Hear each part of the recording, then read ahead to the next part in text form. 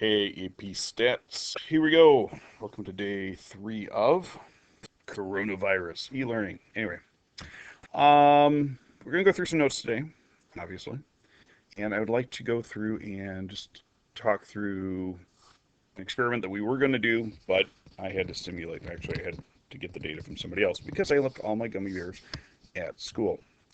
So anyway, so we were double checking. The original plan was to double check the difference between the color distributions of the Haribo gummy bears and the nice gummy bears from Walgreens. Mrs. Mallon, my friend who teaches down in Florida, did Haribo and Little. Little is a German grocery store. I think she said it's kind of the cross between Whole Foods and Aldi. So anyway, so she was able to get those. I think she got them from, it doesn't matter.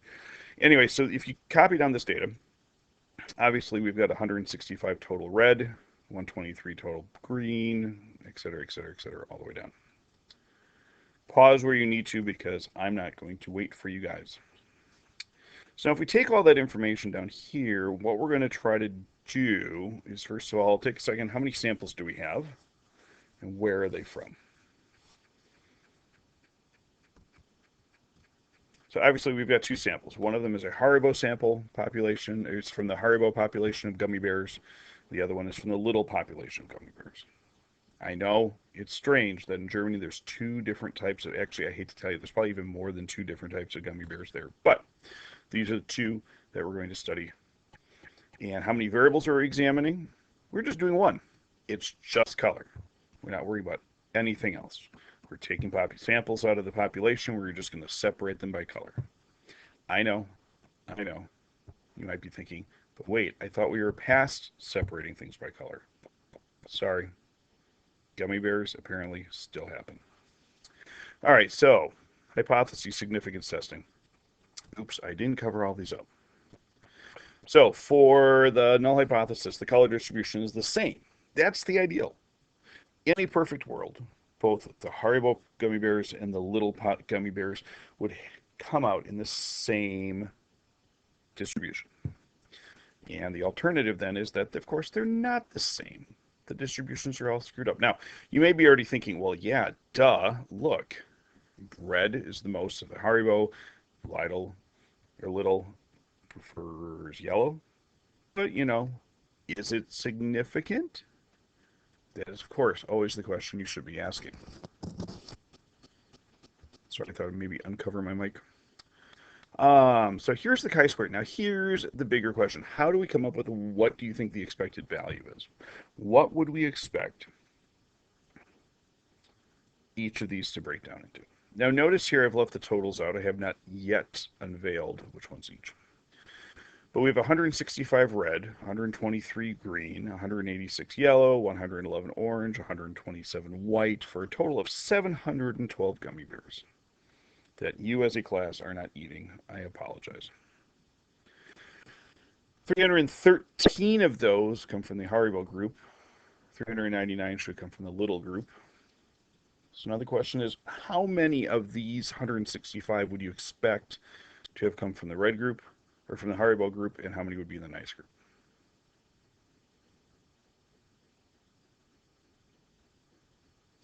I think the bigger question is what percentage of the 712 come from the nice group and which part 712 comes from the Haribo group. And so if you think about it, what you're going to end up going through and doing is you're going to think proportionately about what the amounts are if the distribution is the same. So if we went up here, so like right now, if we take a look at this total here, oops, I almost thought I deleted the page. We have 200, like roughly 23% are red, 17% are yellow or green, 26% are yellow, 15% is orange, and almost 18% are white. And then these percentages you're going to take out of the 399 or out of the 313. Okay. Now the easier way to think about it is to do this. Expected counts is basically you're going to take this row. I mean, basically what I did for these numbers, I took 165 divided by 72, or 712, and then multiply by 313, and then 123. Or what you can just do is multiply these two numbers together. So 313 times 165 divided by 712, and we get 72 and a half. And then you do the same thing. 313 times 123 divided by, divided by 712 is 54.1, et cetera, et cetera. So if you go through and do all of those, these are the expected Haribo numbers that we're going to have. And we are going to go ahead and just leave them as percentages, or as decimals. We're going to go out to 0.1. And then from there, you're going to do the same thing for the nice. Now you can also just go through and take the difference between like 165 and 72 and a half, and you'll come up with 92 and a half, et cetera, et cetera, et cetera. So that's going to be the expected count. So again, what I did here, actually, let's just even, make everything disappear. Pull up the calculator. I don't have my big fancy one here. I'm sorry. So 165 times 313 divided by 712. Boom, 72 and a half. 123 times 399. Let's say we're going to go for this one right here. Divided by 712. Boom, 68.9. Okay. All right, moving on. So what does this have to do with hill beans? Well, let's take a look. This is how we're going to end up writing out the test. So, hypotheses we already know. Null hypothesis, there is no difference. Oops, alternative hypothesis, there is a difference. Let's see if I can write these out using my mouse. H. Wow, that's ugly. H sub A. There we go. My apologies. I've got to really find it. Never mind. Doesn't matter. Significance level,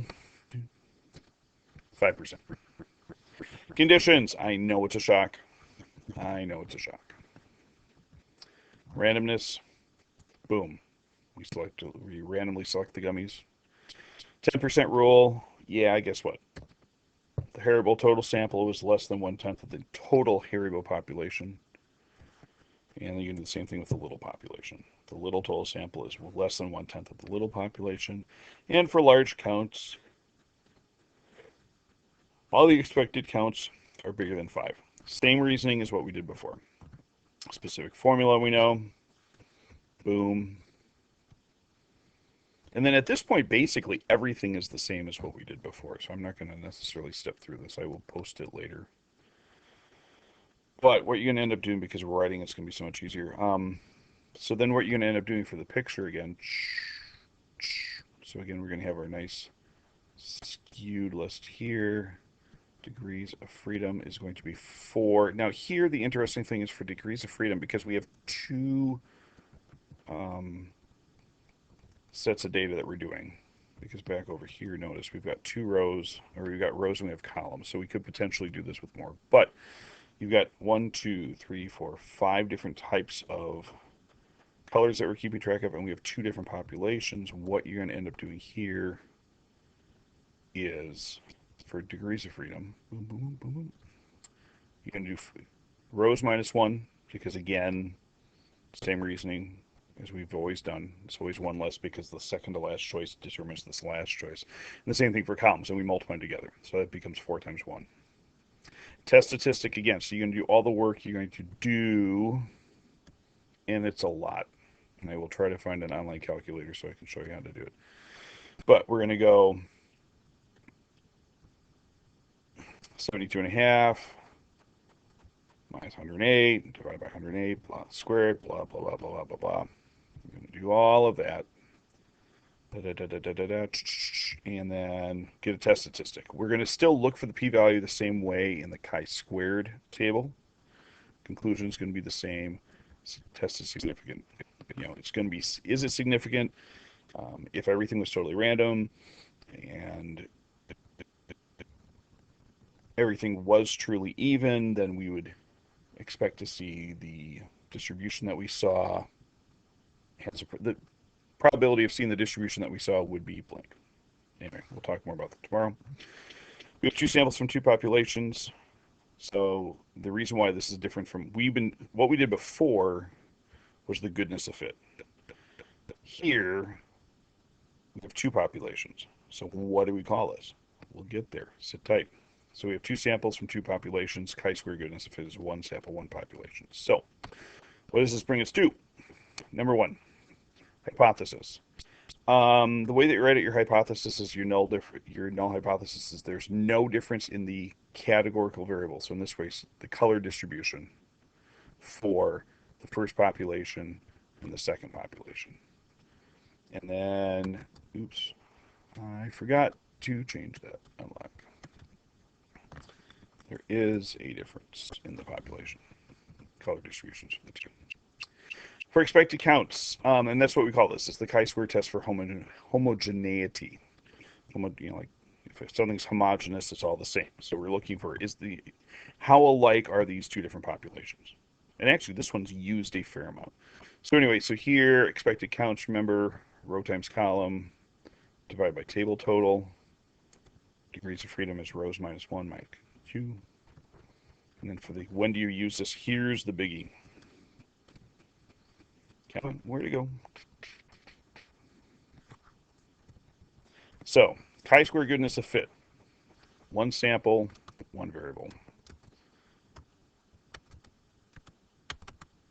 Come on, there we go.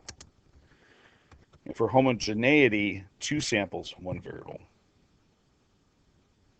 So we've got two samples from two different populations. We're checking one thing. In this case, we're checking color. Okay.